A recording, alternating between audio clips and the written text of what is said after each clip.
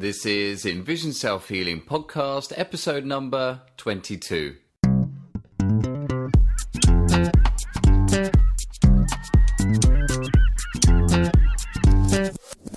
Hi, I'm Will Fuller. And I'm Richard Miller. And we are the co-creators of EnvisionSelfHealing.com and are dedicated in helping you improve your eyesight and quality of life by taking healing into your own hands. And the topic of the week this week is observing your own vision improvement progress.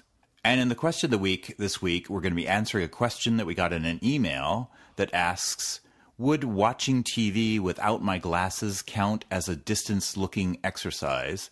And he adds in brackets that his myopia isn't really that bad. So, Richard, how's the world of self-healing been treating you this week?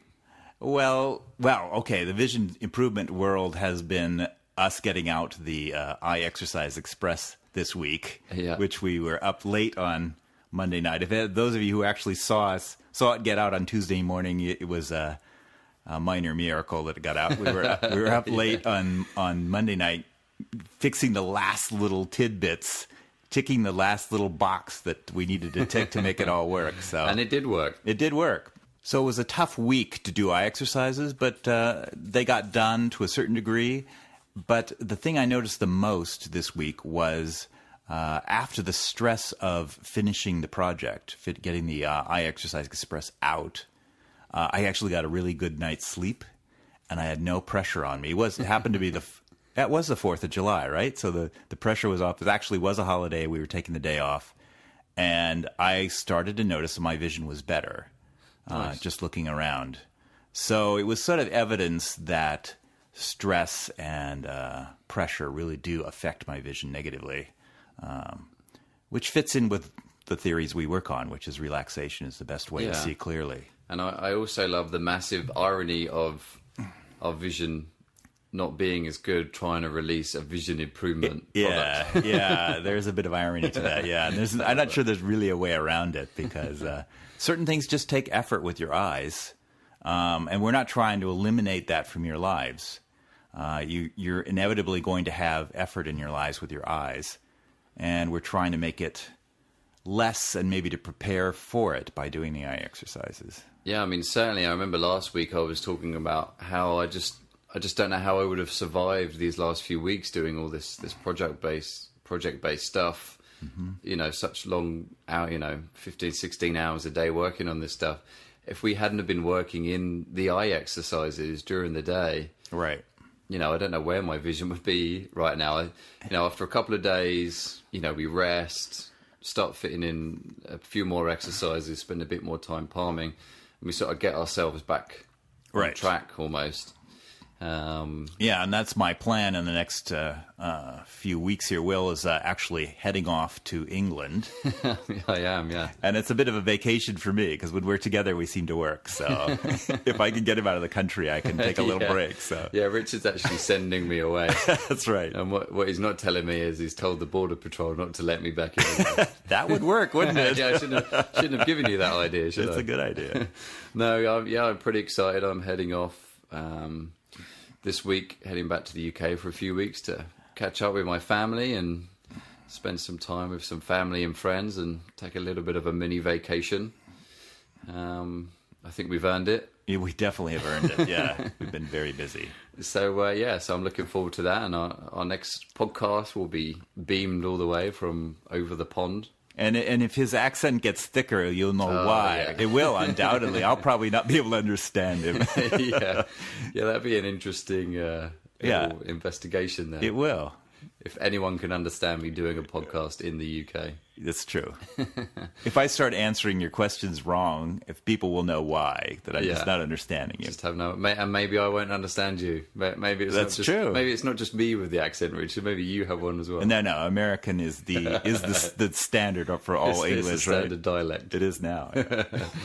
So but it's interesting because I sort of had the opposite observation. But the same observation at the same time. That in the midst of all the exercise the midst of doing the Eye Exercise Express, and the pressure's on, and it's like we need this done by this day, and we've got to get this done, and I would stop and rest. I really need to get this done. I noticed that my vision was worse. It was sort of hazier, slightly blurrier. And part of that, I also noticed that it was part of my brain was a lot more disengaged with my vision. Yeah, that makes sense. And by an example of that, is, say, when I'm on the Muni, which is a public transport here. It's not a unicorn with an M on its head or anything like that. It's the public transport. So normally when I'm on it, I'm aware of my periphery and everything's going by. And when I'm walking, I'm engaged in my periphery. It helps stimulate the rod cells, which are responsible for the peripheral vision. And my vision just feels a lot more relaxed, and I'm sort of taking in the world around me, and it feels a lot better. But I noticed this time, because I was just so focused on getting this one thing done, but like, okay, well, now pay attention to your periphery. And part of my mind's like, don't worry about his periphery. We've got we've got stuff to do. Yeah, we've got this to do. We've got that. We need to do some editing. We need to. Yeah, ironically, pull this stuff together. That's probably referred to as mental tunnel vision. I think it is. I think it is true. Yeah, and it's just that it's that lack of awareness of my vision, and it was just interesting because I'm just that much more aware of it, that I was almost creating this tunnel vision. Yeah, and it was like, I don't have time to think about this. When, really, there's no reason why I couldn't have taken that time to tune into the periphery.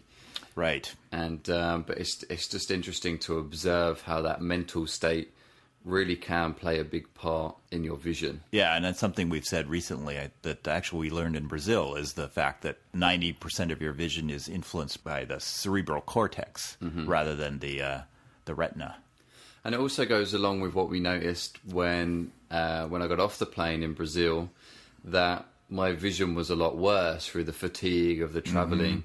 So, if you combine all these things together, then, no wonder your vision is blurrier when you're in that state of anxiety and trying to get stuff done. Right. And I'm guessing there probably is some connection between physical tunnel vision and stress too. I'm pretty sure there is a connection. Like when people are under extreme stress, I bet they do lose some of their, even people without retinitis pigmentosa, maybe losing awareness of their periphery. I would not be surprised at all. Yeah, well, we talk so much about being focused in your central vision and how people switch off from their periphery anyway, because you're so focused on what's directly in front of you that you don't want to take in the world around you. Right. You don't have time.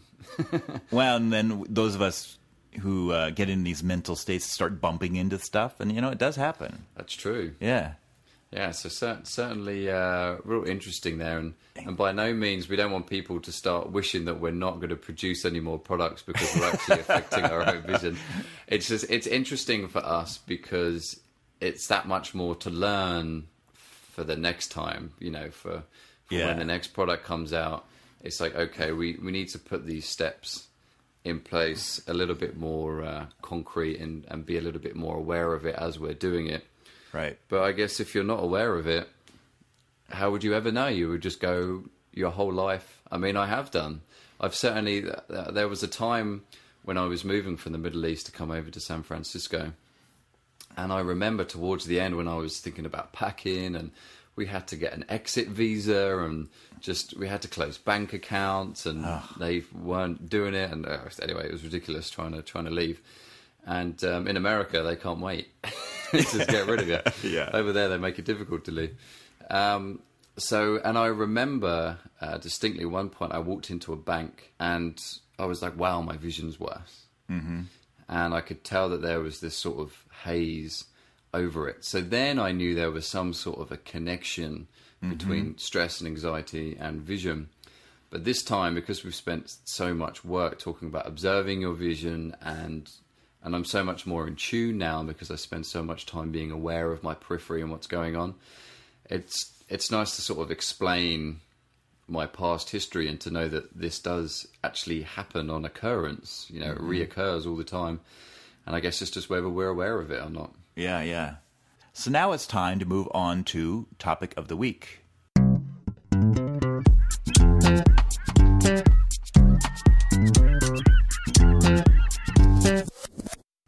topic of the week this week is observing your own vision improvement progress. And it's quite in line with what we were talking about. Yeah, people must really think that we plan these, but I promise you we don't. It's us, well, the way we sort of plan these things is sitting down and having lunch, I guess. And it is. We sort of chat about it, and today we'd already decided the topic of the week. We were sitting there having our club sandwich and in a nice little cafe in San Francisco. And it was just it was just sort of funny that your topic ended up.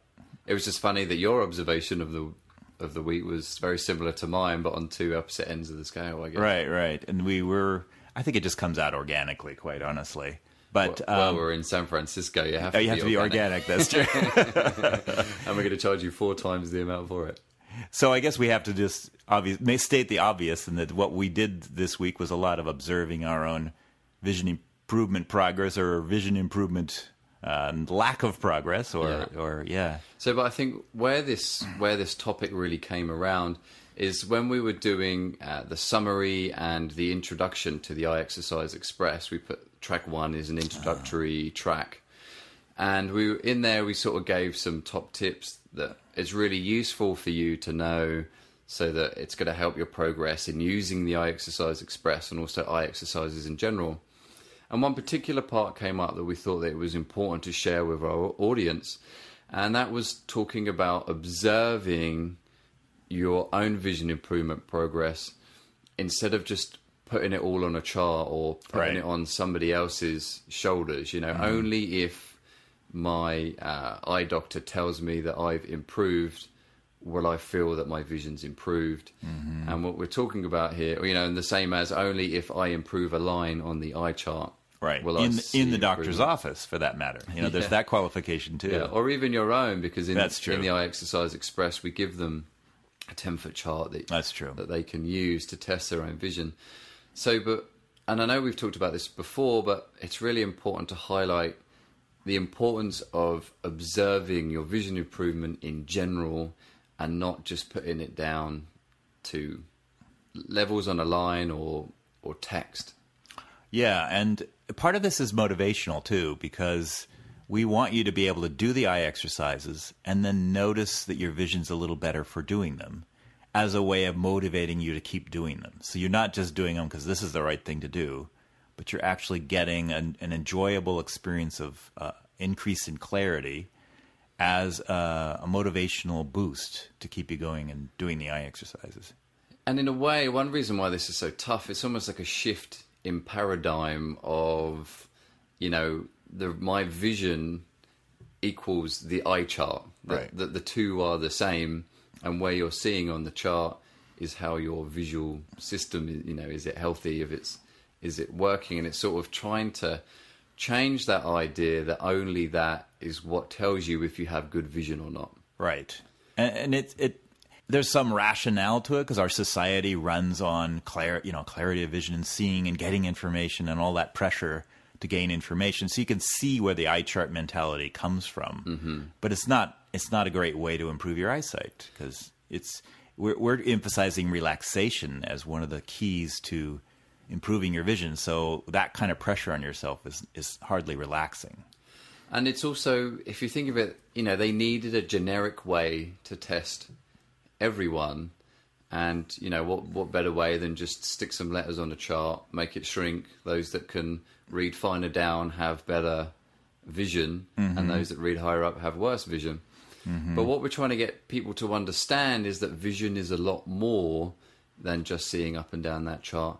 And indeed, the only thing that's working with is acuity, which is, you can't compare to having good vision, and acuity is part of vision. It's not vision itself. And for that matter, say there was someone with 20/20 vision who had splitting headaches every day from, say, working on the computer too long. Well, we would say they have perfect vision, but the consequences of that are not good. So, and their eyes may be stinging every day, things like that. All these other symptoms, dry eyes, red eyes, exactly, red eyes. All of those are saying something about your eyes that the acuity test doesn't say. So, it's not an absolute at all.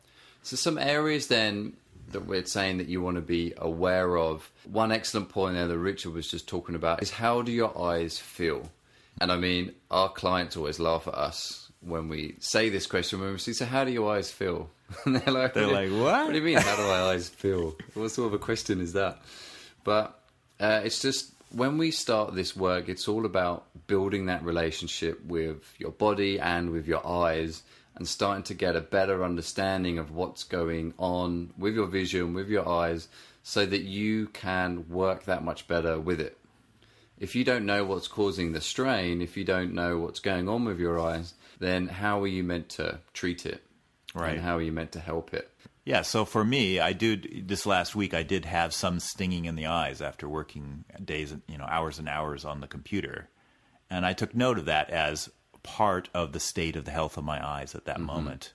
And then I palmed to deal with it. And acuity wasn't really a question at that point. Yeah. So it was more like, what was the sensation in my eyes?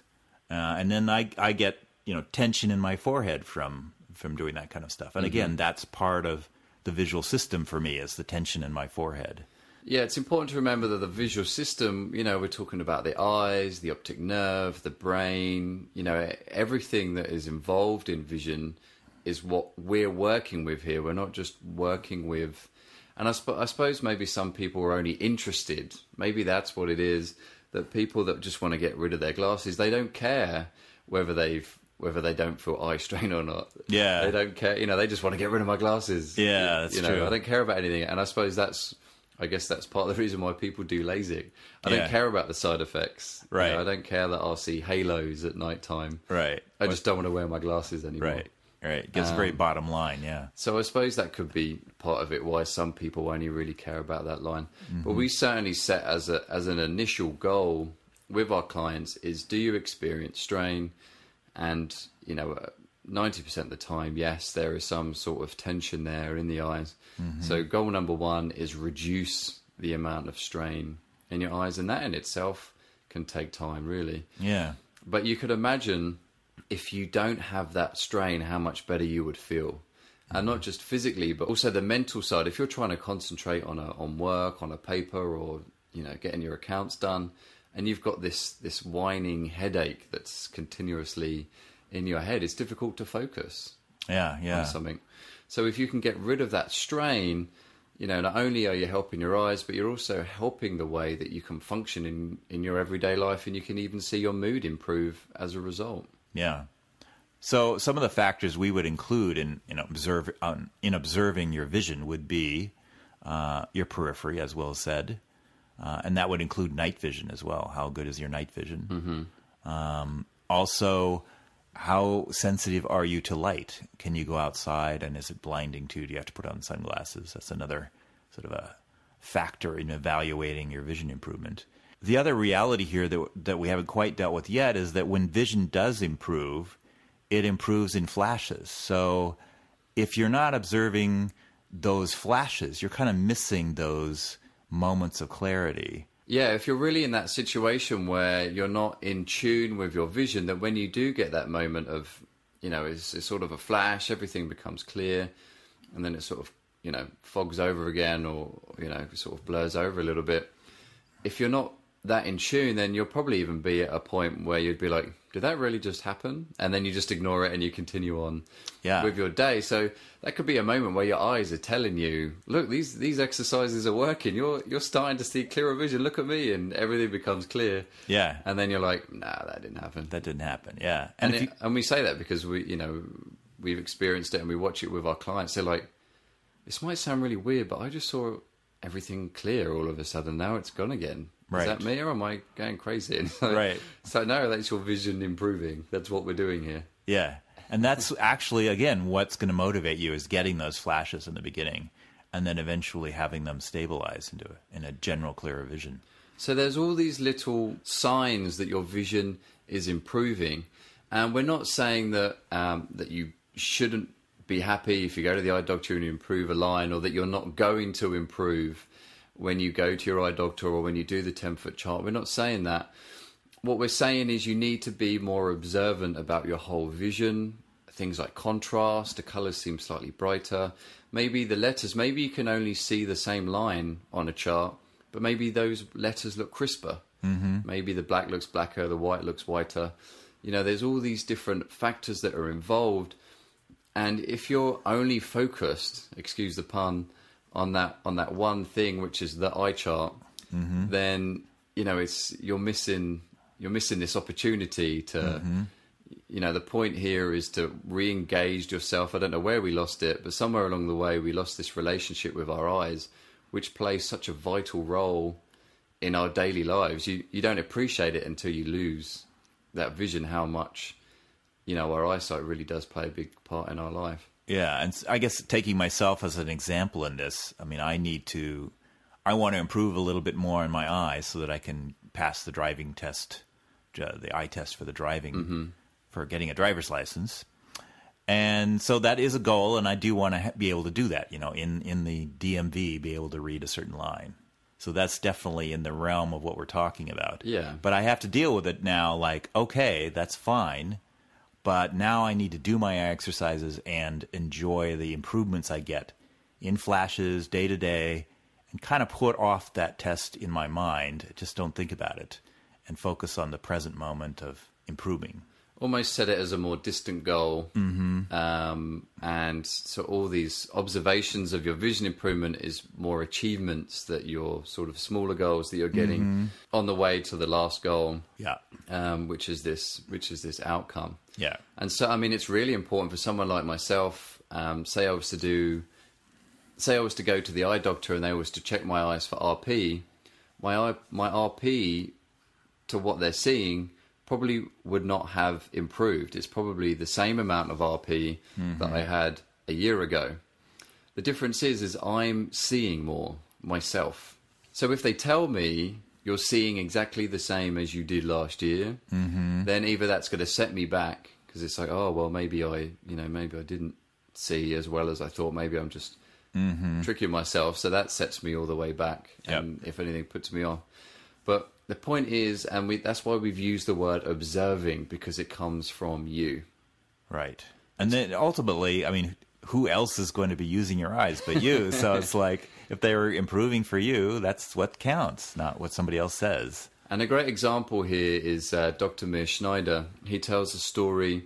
Those of you that don't know, Mir Schneider was blind up to about the age of 17, started doing eye exercises. And he now drives a car here in San Francisco. And when he got his eyes tested by one of his friends and also one of our teachers, who's an optometrist in Brazil, she brought her professor, who was an ophthalmologist, to go and meet with Mir and show, you know, do some eye tests with him and just meet each other. So this ophthalmologist looked in Mir's eyes and said, I don't know how to tell you this, Mir, but you're blind. And we said, what? He said, you know, we can barely see the back of your eye. He has so much scar tissue and he has 1% of his lens that he can see through. And Mir said, well, I'm sorry to break this to you, but I just drove you here. I'm not blind. So, but from an outsider, he shouldn't be seeing anything. He should be blind.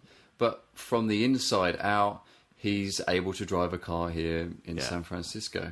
So it's very important that you start trusting your own vision. What is it that you see, not what somebody is telling you what you see.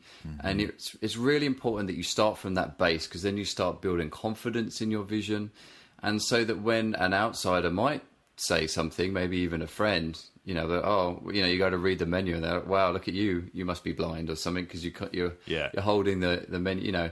To somebody else, they might take offense to that. You know, those sort of comments can be somewhat damaging. You know, you start thinking, oh no, I'm losing my vision, and then it sort of spirals. But if you say, oh, well, it's poor lighting, or, oh yeah, I was up late last night and my eyes are really fatigued, so I can't read the menu that well. Right. You know, once you build this relationship with your eyes, then, you know, you're so much more in a better position to be successful in vision improvement and also be able to track your progress. Okay, great. Well, some really good summary information there. You could tell that we're somewhat passionate about this topic because it's so important for everyone to be observant with their vision. It's really going to help you progress, and it also helps you build a better understanding of how these eye exercises are working, and indeed if they are working at all. So a really good topic there of making sure you're observing your eyesight so that you can take it into your practice. Almost think of it as an eye exercise itself, and we're sure you'll start noticing the improvements and feeling a lot better about your vision and the direction you're going. So I think it's about a good time to move on to question of the week.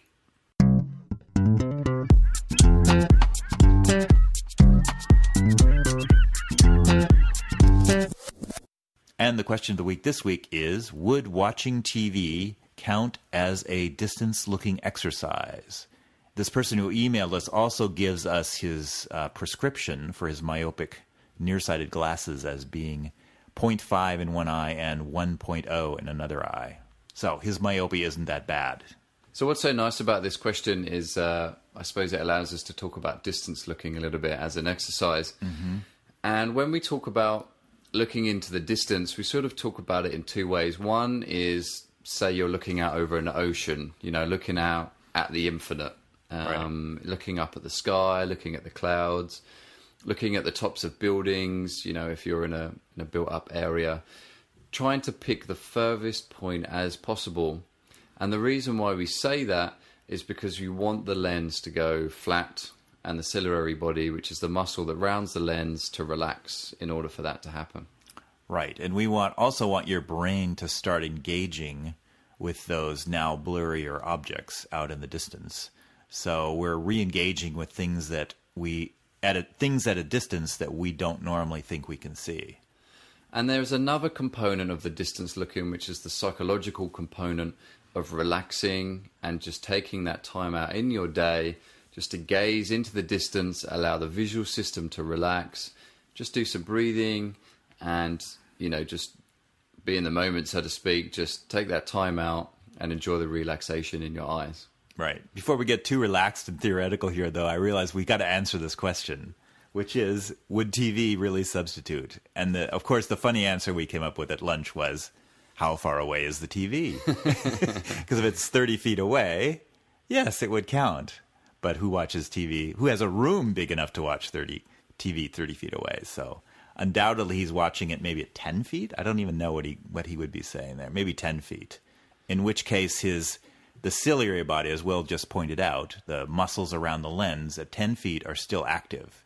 They're still bending the lens to focus on that 10-foot object, the TV. So that would not work for us because the lens would not be flat, the muscles would not be relaxed. So one thing we do say is that if you don't have that far distance, then just look at the furthest point from you. Mm-hmm. So for some people, that might just be the corner of a room. So we want to make sure that people aren't discounting doing a distance-looking exercise because they don't have this nice, grand view. Right. Whatever it is that is furthest away from you is better than looking a couple of feet in front of you.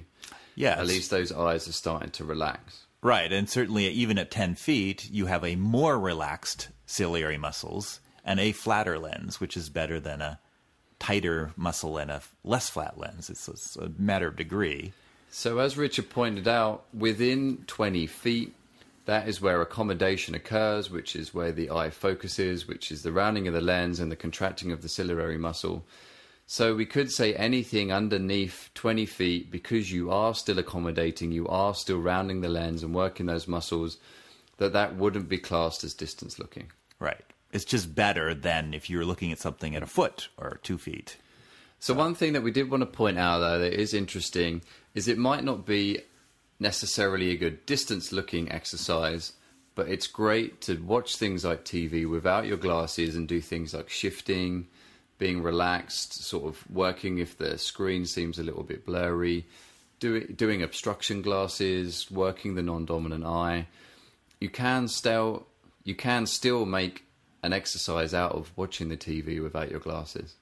And we get kind of excited when people write in with this kind of prescription of only 0.5 or 1, because that seems like, wow, that's doable. If you just stop wearing your glasses when you don't absolutely need to, like wear them when you're driving, maybe in school, things like that, when you absolutely need to see the board, do it then, but then don't wear them as much as possible with that kind of low prescription, you could progress fairly quickly to get rid of them. And everybody really should be thinking about this, but it's something that we don't think about. It's that if this individual could stay at 1 and 0.5 for the rest of his life, that's a great achievement in itself. Because we all know that as we go to the opticians, as we go and get our eyes tested, it tends to creep up. Every time we go, it gets stronger and stronger and stronger. I'm not saying that they have a quota to fill. I'm joking. But you'll notice that it's progressing, and a big part of why we say that is because you're not dealing with the problem, which is why your eyes are like that in the first place, that you need the glasses. So the strain increases, the muscles get weaker, the lens gets stiffer. So as you keep wearing those glasses, then the eyes get weaker and weaker and weaker. Right. So if he had never encountered the website and never even thought of doing this, in another year or two, he might be at 2 or 2.5. So that's the way it goes. So this individual's first goal should certainly be keeping his prescription where he's at now. Right. And then that way he knows that his vision isn't getting worse, and he can slowly work with improving his eyesight at the time. So a big part of that, if they don't want to get too in-depth with the exercises, is to try and wear your glasses as little as possible. And as Richard said, only when you really need to wear them. Right. And you can also wear the pinhole glasses, which you can see in the resources section on our website at envisionselfhealing.com. And you can wear those instead because they can help you read closer, as it makes images crisper instead of glasses, and at least you're still using your natural vision. Right. No, that would be a very good solution in this case because he doesn't have that much to correct. The pinholes would almost do his full correction, and he could watch TV. The secondary point he made in this email was there was some confusion about, that we wanted to clarify, of does the degree of myopia change what distance looking is? It's a sort of a complex... Yeah, it was so because one eye is 0.5 and one eye is 1 diopters, is distance looking still going to help both of them? Eyes, yeah. So, and it's important to point out that distance looking is good for everyone. Right. But all the reasons that we previously pointed out why distance looking is good for you stands for...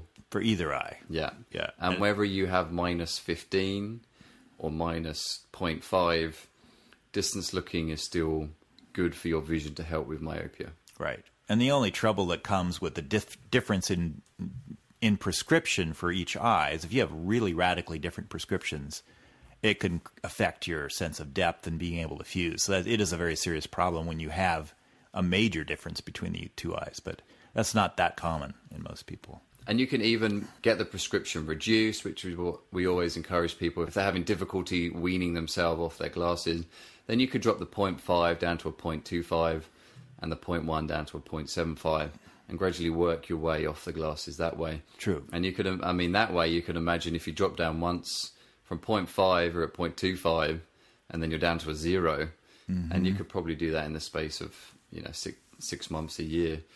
So you could really start seeing the results that way by doing the reduction in prescription.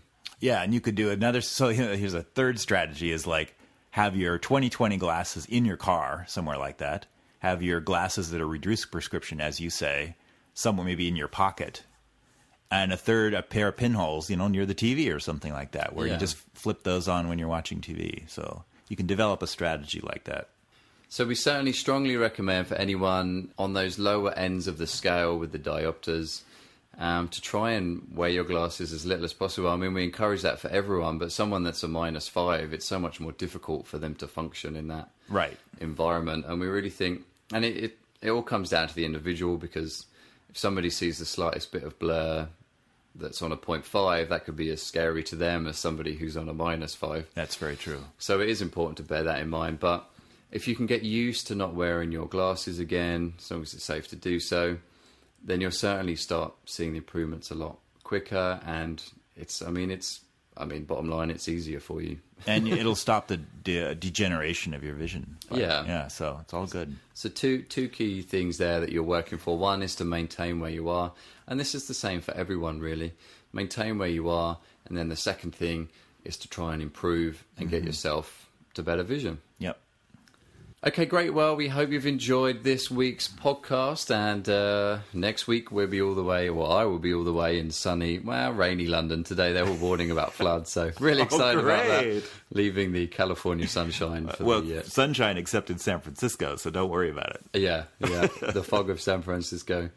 I'm giving that up for some floods. Yeah. And after it rained the whole time in Rio, then you should expect that. The summer of rain instead of the summer of love. And certainly if you want any more information, then you can head over to our website at envisioncellfeeling.com. You can find yourself there a free eye exercise program for you. So if you've got myopia, just head over to the conditions section, click on that tab, and you'll see your condition there. And you'll see loads of great exercises that we've suggested for you that you can use to help improve your eyesight. You can also find a free ebook which is called A Modern Day Guide for Improving Eyesight, and there we go through some of the main anatomy of the eye and how the eye exercises help, and how maybe your lifestyle is preventing your ability to be able to have clearer vision. You can also catch up with Richard and I on our Twitter accounts, on our Facebook, and you can also head over to our Facebook fan page where you can catch up on plenty of pictures and how we're getting on with our vision, and also how our clients are getting on. And if you haven't had a chance to already, head over to the resources section on our website at envisioncellfeeling.com. Check out the Eye Exercise Express, a quick start guide for improving eyesight, and you'll see a lot more information there on our brand new product and how you can get on the track to improving your eyesight. So, good luck with your exercises this week, and happy healing. And have a good week.